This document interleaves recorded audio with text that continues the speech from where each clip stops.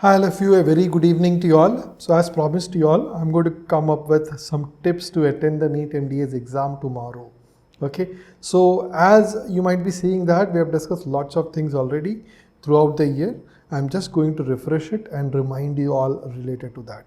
Okay. The points I'm going to discuss today is your attitude, which you have to have tomorrow. Definitely from now onwards. Then, what about section A and section B? Which should you attempt first and why? How many questions should you attempt? Okay, the $1 billion question. How much should you worry about your negatives when you're attempting? Very important. Now, you have to attempt the paper in 3 rounds and save time, and much more advantages are there. I'll come to that. How to answer new questions, doubtful questions, clinical questions. Now, very importantly, what if you see lots of questions you don't know? Okay, now this is a subjective thing. You don't know, in your inverted commas. What if the exam is tough? What you have to do? So the winning attitude is to be confident and be positive. This is 50% tomorrow. Please remember, if you're confident, if you're positive, if you maintain a positive attitude, your 50% is done. The remaining 50% is what you have done throughout the year, not yesterday, not 3 days back.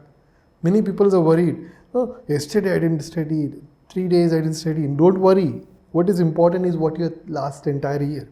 Okay?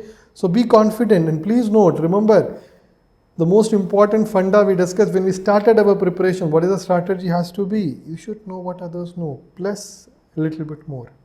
Okay, what the toppers know, you should be knowing. So you know now what the toppers know. We have been studying that throughout the year now, and definitely much more. You have got a detailed notes in front of you. Your concepts are clear. Plus you know what others know. So you have to be confident. Next thing is be positive. Okay, this is very important. And please note, the biggest positive attitude has to be that if it's tough, for me, it's going to be tough for all. Please note this. Okay, don't think that it was tough for me. Please note, it's tough for all. I'll come to this, okay, more.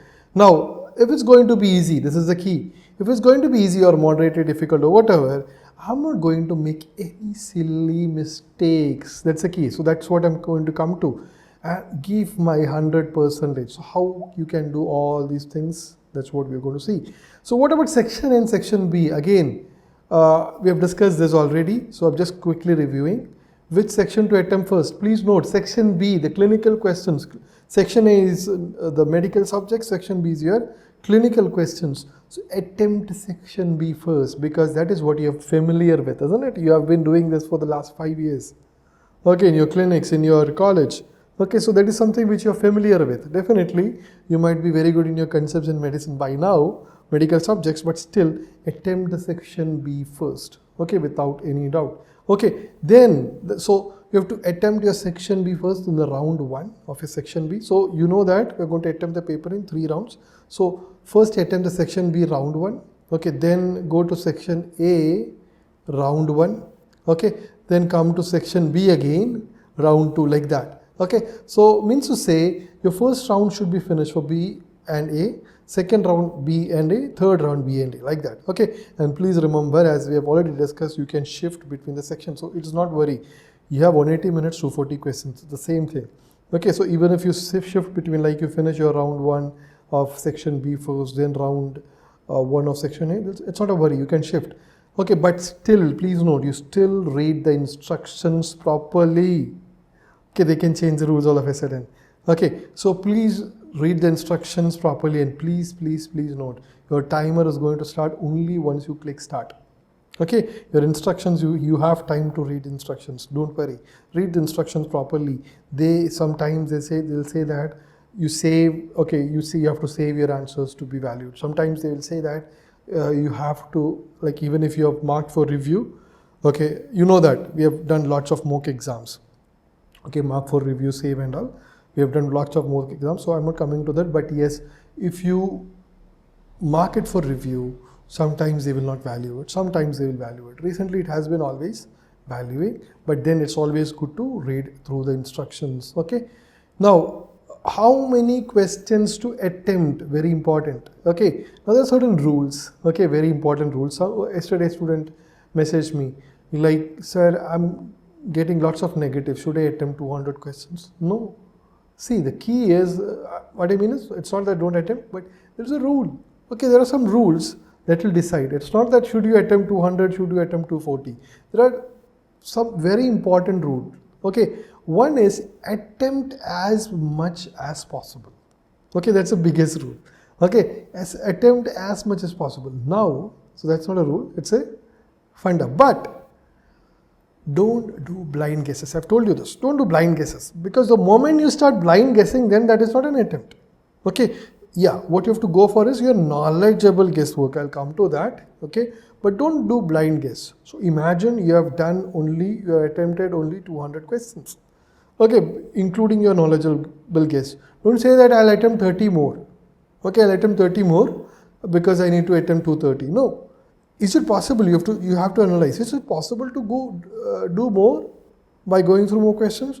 Then do it. If not, stop it there. Now this doesn't apply to the toppers. Okay, very important. Okay, those who were consistently scoring good.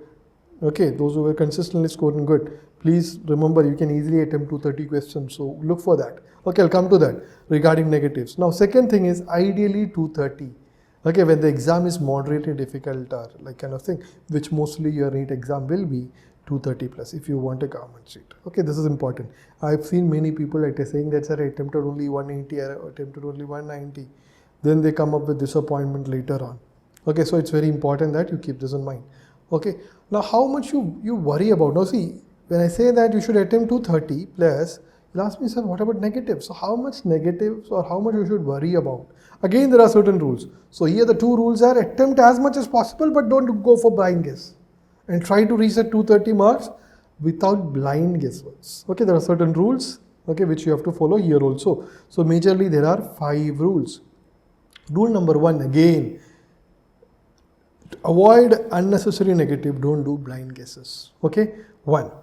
2 is intuitions may happen. You might feel that this is the answer, but then, yes, still reason your answer. See, connect the option, the answer with the question. Is it reasonable? Then only do it. Okay. Now, rule number 3, if you can eliminate 2 out of 4 options, go for it. Okay, I'll come to that again. The funda 8. Okay, remember we have said this, 8:2. Okay, so if you can eliminate 2 options, attempt it. Don't worry about the negative. Yeah, this is 8:2 possibility. What is that? If you have 8 negatives, imagine, we have said this already, but once again, those who don't know.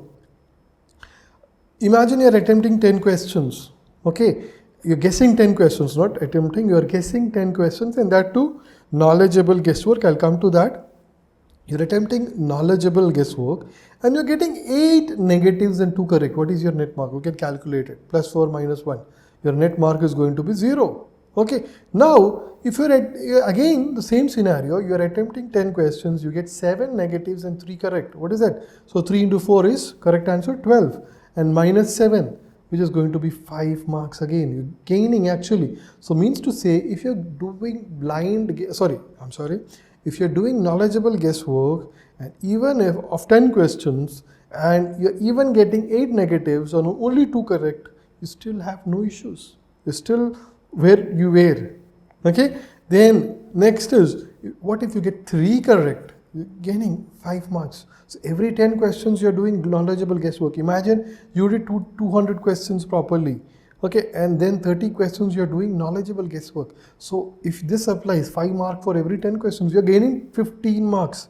So don't hesitate to go for guessworks. And please note, as we've many times discussed, our mock exams also contain, you'll see definitely lots of new questions which are twisted, turned like that. So you have to, okay, again I'll come to how to do them.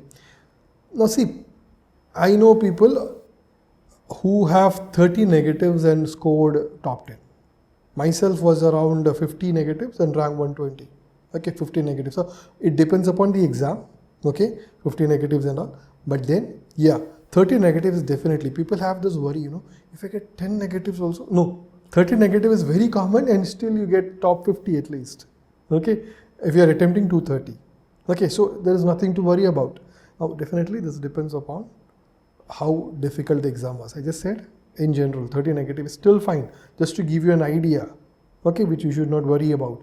But remember the rule 1, don't go for a blind guess. Okay, then this 30 will increase. Don't make silly mistakes also. To avoid silly mistakes, attempt in 3 rounds. Okay? Then, yeah, that's the key. To avoid negatives. So please note, don't worry to guess. Remember this 8:2 rule. But definitely, it's all about your knowledgeable guessworks. Okay? Now, let's come to the next part. Attempting the paper in 3 rounds. Okay? And now, before that, a quick review of what are types of questions. Then only you'll understand why should you attempt in 3 rounds. The first set of questions are memory type, easy questions, simple questions. Second is memory type only, but confusing or difficult. Okay, that's second type. Third is long clinical questions, image-based questions. Okay, long questions, remember. Fourth is new modified questions, but definitely you can easily answer it. The next is a little bit of thinking is needed. New fresh questions. Okay, new fresh questions. Now this is a question mark. Should you attempt it or not? Okay. Now, so this was a set of questions. Now I'll just give you how you should attempt, then I'll explain to you based on these examples taken from our question bank. Okay. So 3 rounds as I've told you. So how you should do? Round 1 should be definitely memory type 1. Okay, 1 type, this one. Okay. Memory type easy simple questions. What are the examples for that? Okay, so don't say that, okay, I don't know what this is. Lay-Clark procedure is done for TMJ dislocation. You know this, you have seen this lots of times. So you can easily answer this. Main causative organism for aggressive, you don't need to think on it. You know the answer. So it's easy. And please note, it might be very little. Maybe in one set it might be 20, 25, 30, don't worry. Okay, there is a purpose for your round 1. It is just to heat up your brain. Okay, heat, not EAT, it is HEAT. Okay, so round 1 is easy questions, memory type. And many students make this mistake. They attempt this memory type confusing questions or difficult questions. They might not be clinical, they might not be image based, they might not be new questions, but they're still memory based confusing. They attempt it. Don't do that. Don't do that. Okay, so what are the examples of memory type difficult? All of a sudden, you see this question, xenophalography and pain technique is used in. Confused. Tongue thrusting or thumb sucking? Answer is tongue thrusting but confused. Don't attempt. Don't attempt. Okay, don't think also. Skip. Next. Okay, you can mark it for review. Next. Okay. Now, or vitamin K inhibition by Duke-Cameron is which of the following mechanism? Is it competitive, uncompetitive? No, confused. You studied it properly, you studied it very well, but confused. Now this is another very big misconception. You might have studied it properly, but you're confused. Don't attempt. Don't say that I've studied it so many number of times, so I have to attempt it, I'll attempt it. No, wait, skip. Go for the next, okay? Go for the next and quickly, okay? Don't think, was it competitive? Doubtful, go for the next. Okay, because you're saving time there. Okay, it should be like, see, you have how much time do you have to answer this question? Lay-Clark procedure, 45 seconds. But how much time you're going to take? 2 seconds, 3 seconds, you're saving time there. Now, xenophalography and pain technique, you know the answer, but you're confused. How many time you're going to take to just mark and review? 5 seconds. So you're saving time there. Okay, going to come back. Okay, now coming to the round 3, you're going to do the long clinical, image-based, new modified. Definitely not new fresh questions. Okay, because that can cause negative. I'll come to that. Okay, so long clinical, image-based, new modified. Sometimes your new fresh questions also, but then it should be familiar. Okay, so what about this 3 and 4? What are the examples of that? So this is it's a long question, isn't it? A female patient presented. So now you take more than 45 seconds to read these questions, trust me. So if you're going to attempt it in your first round or even your second round, forget about attempting. Even if you read it completely, you're going to lose more than 45 seconds or more than 40 seconds. So don't read it. The moment you see this, review next. Okay. So here, it's a very simple basically. What are the key word here? So this kind of questions again. What if you see this kind of questions? I'll come to that, but before that, okay, I'll come to that later on. Let's first of all understand this. So these are the kind of questions. The moment you see an image-based question, the moment you see a long question, the moment you see a modified version of a new question, if it's confusing, skip, save time there. Okay, and now the question is, so I told you 3 rounds. So what about the 4th round? Please note, if the exam was difficult or you were not able to reach your target of 230, 220 plus 230 plus, then go for your fourth round. And if you have done properly, you will get time. It's NEET, you will get time. It's NEET, you will get time. It aims, no time. Okay, you will get time if you have done properly. So 4 and 5 means new modified again. Fourth round you might be doing in the fourth round. Some questions, initially you will be confused, then you know, okay, this is the answer. And I'll tell you how to do that. Okay, how to do them, how to guess them, how to do the knowledgeable guesswork and all those. So that's the key. Now, what are the advantages? That's very important to understand. The first and the foremost example is it heats up your brain. Initially, see, you might be feeling that stress. You came to the examination hall just now, lots of worries and things. So it heats up your brain initially. Then only your brain starts working. Trust me. Decreases silly mistakes. Now see, this is a typical example. Okay, main causative, also forget this. Vitamin K inhibition, ticumarol, which of the following mechanism?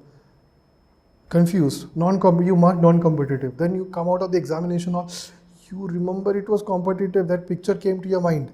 Now, why didn't that picture came to your mind when it was your first round? I'm sorry. Okay. More questions was there here. Okay. Hepatitis B infection, the markers and all is typical confusing area. Anyway, why didn't that picture come to your mind? Because your brain was not heated up. So moment it gets heated up and you come out of the examination hall after 3 hours, you know that it was competitive. So this avoids silly mistakes if you do this. Okay, saves a lot of time, as I've told you.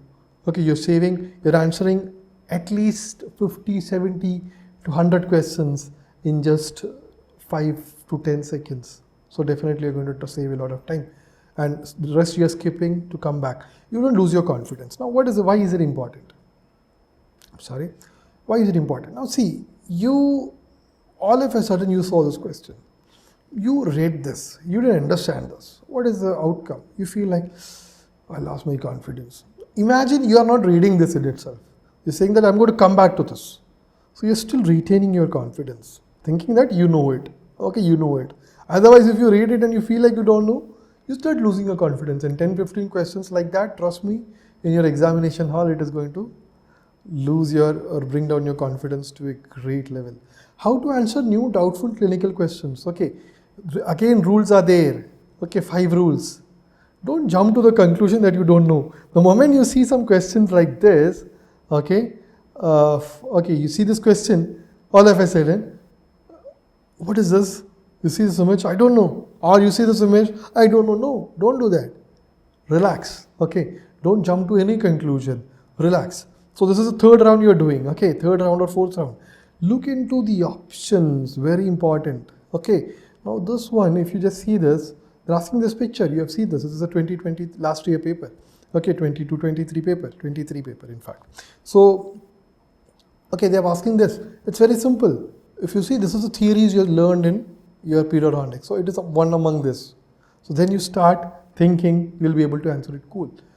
Again, this picture, all of a sudden you don't know. Don't think that. This is melanoma. You know that. Again, last year's paper. So the question you have to read slowly. 33-year-old male with paleness swelling on the palate has grown rapidly, displacement of the teeth. So relax. First thing, and see what is the options. Connect it with the options. The 4 options are there.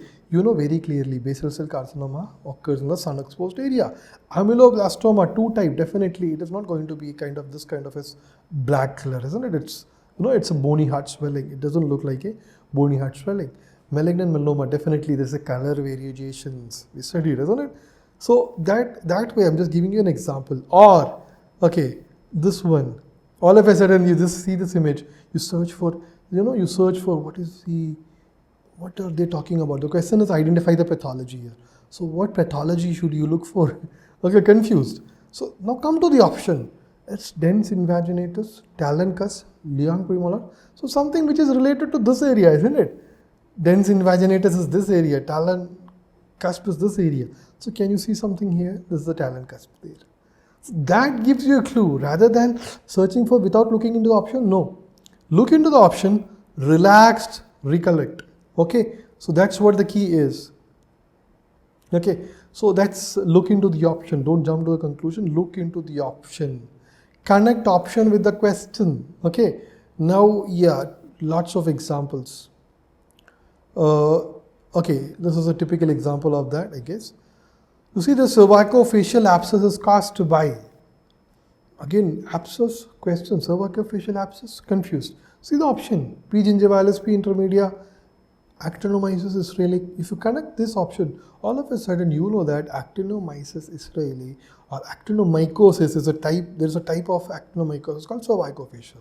Or a 43-year-old female was diagnosed with necrosed limb. No idea, after the operation the patient had a sweet smelling discharge on the side. What is that talking about? Come to the option. Klebsiella pneumonia, Pseudomonas aeruginosa, Clostridium perfringens. Now, here the keyword comes, crepitus. And you know, the one thing which you will never forget, I'm sure, is gas gangrene and Clostridium perfringens, isn't it? So, that gas is what is causing this crepitus. Definitely you have to be cool, you have to be positive, you have to be cool in your mind to get this kind of answers. Okay, if you're confused, if you're worried, this will not come. But then, what you have to do is, wait for a second. Connect, see these options, connect, see if you can connect something here. If not, try to recollect what you have learned, your theory. Okay, what did you learn about Clostridium perfringens? Take some time. Or maybe you don't know, so what you have learned, the picture should come to your mind about Klebsiella pneumonia. So that's why I'm saying you, the last 3 days are important for review.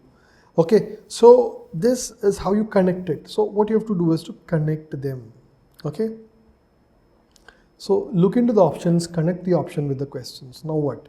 Wait for a few seconds. All of a sudden the click might not come, like cervicofacial or like about this crepitus. Okay, it will not come. But wait for a few seconds, it will start coming. Okay, look for any key point in the question. As I've told you, the crepitus here, key point. Okay, lots of things will come. So wait, no, we are doing this in third round. Remember, you have time. Go for retrograde analysis. Go back. Which chapter did you study Klebsiella? Which chapter did you study Pseudomonas, Clostridium, Staph aureus? Which chapter did you study them?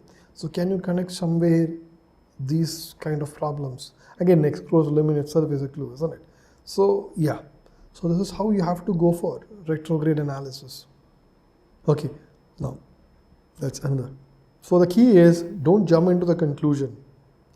Connect the options, wait for a few seconds.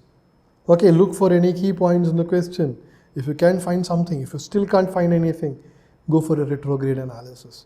Now, what if you see lots of questions which you don't know? Actually, if you're attempting in three rounds, you will see many questions in the third round which is finding a little familiar, or even in the fourth round. Sometimes you'll see that, okay, you know these questions. But then, if you try to attempt it in your first round, second round, you'll feel that you don't know anything. Okay, so don't do that. So don't panic. Even if you don't know, still, even if you don't know, don't panic. And please note, it's tough for all. If it's tough for you, it's tough for all. And no one are superhumans, because everyone have studied 20 subjects in 12 months, just like you. Stress can only decrease your efficiency. Remember that, I've been saying this, isn't it?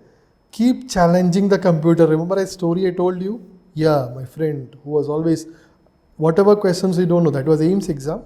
Whatever questions he don't know, he just simply kept challenging the computer. It's either me or you. Next question. Don't know. It's either me or you. It's either me or you. Yeah, round 2 got over. Okay, or round 3 got over in fact. Round 4 came back. The confidence increased. Was able to answer. Okay. Now, last resort. Now, this is very important. This usually is not needed, but then, yeah, you have to think that it's not the end of the world. Actually, it is going to benefit you even in the examination hall, because it decreases your stress. Okay, it's not the end of the world even if you don't get through, isn't it? So, is there anything to worry? No. So, it's just go ahead. It's not the end of the world. Okay. Now, what if the exam is actually tough? In fact, trust me, competition decreases when the exam is tough. Even if you make a few silly mistakes, okay, you don't need to worry about. Okay, so that was a quick point. One thing, be positive, stay positive, attempt the section B. Yeah, try to reach that 230 marks, but don't go for a blind guess. Yeah, don't worry about negative. Remember this, 8:2 probability. Okay, but don't go for a blind guess. 3 rounds, definitely 3 rounds. Okay, it heats up your brain, and no doubt, if you have any doubts, don't jump to a conclusion. Look into the options, connect the options. This is very important. Wait for a few seconds, look for any key points, retrograde analysis. And please note, many a times images are just, oh, here I have not put anything of that sort, but I have said this many a times to you, isn't it? Many times images are just fooling. The description itself is enough. They'll give you histopathological image, but the answer is there already in the description, or the key is there already in the description. Key point is what I mean. Okay, so remember, it's tough for all. If it's tough for you, and keep challenging, okay? So that's it. I'll end up here. All the very best to all of you. Okay, I'll also put some very important things to remember for tomorrow, okay, as I've told you today morning. But yes, by that I'll just conclude it here. Have a great day and take care. All the very best to all of you.